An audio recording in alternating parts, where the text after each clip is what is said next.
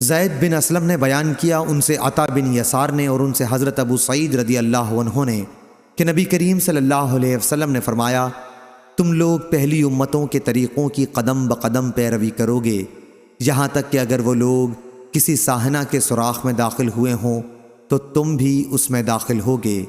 ہم نے پوچھا، یا رسول اللہ صلی اللہ علیہ وسلم، کیا آپ کی مراد پہلی امتوں سے یہود و نصارہ ہیں؟ آپ نے فرمایا، پھر کون ہو سکتا ہے؟ صحیح بخاری حدیث نمبر 3456۔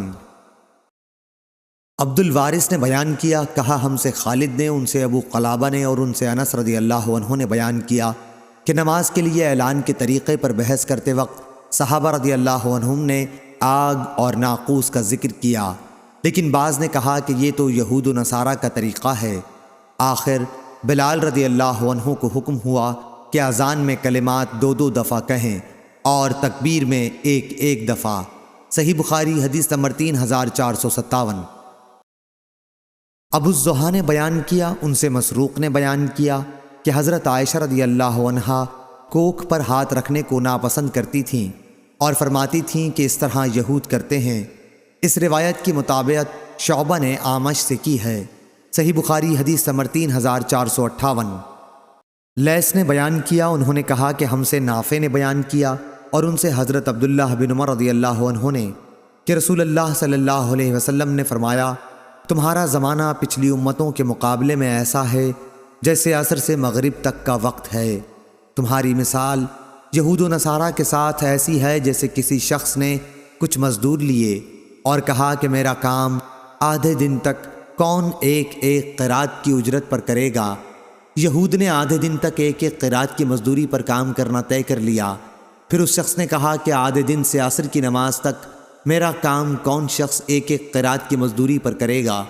اب نصارہ ایک قرات کی مزدوری پر آدھے دن سے عصر کے وقت تک مزدوری کرنے پر تیار ہو گئے۔ پھر اس شخص نے کہا کہ عصر کی نماز سے سورج ڈوبنے تک 2 قرات پر کون شخص میرا کام کرے گا؟ تمہیں معلوم ہونا چاہیے کہ وہ تم ہی لوگ ہو جو 2 قرات کی مزدوری پر عصر سے سورج ڈوبنے تک کام کرو گے۔ تم آگاہ رہو کہ تمہاری مزدوری دگنی ہے۔ یہود و نصارہ اس فیصلے پر غصہ ہو گئے اور کہنے لگے کہ کام تو ہم زیادہ کریں اور مزدوری ہم کو کم ملے۔ اللہ تعالیٰ نے ان سے فرمایا، کیا میں نے تمہیں تمہارا حق دینے میں کوئی کمی کی ہے؟ انہوں نے کہا کہ نہیں۔ اللہ تعالیٰ نے فرمایا کہ پھر یہ میرا فضل ہے، میں جسے چاہوں زیادہ دوں۔ صحیح بخاری حدیث نمبر 3459۔ حضرت ابن عباس رضی اللہ عنہ نے بیان کیا کہ میں نے حضرت عمر رضی اللہ عنہ سے سنا، انہوں نے کہا، اللہ تعالیٰ فلاں کو تباہ کرے۔ انہیں کیا معلوم نہیں کہ نبی کریم صلی اللہ علیہ وسلم نے فرمایا تھا، یہود پر اللہ کی لعنت ہو۔ ان کے لیے چربی حرام ہوئی تو انہوں نے اسے پگھلا کر بیچنا شروع کر دیا۔ اس روایت کو ابن عباس رضی اللہ عنہ کے ساتھ جابر اور ابو ہریرہ رضی اللہ عنہ نے نبی کریم صلی اللہ علیہ وسلم سے روایت کیا ہے۔ صحیح بخاری حدیث نمبر 3460۔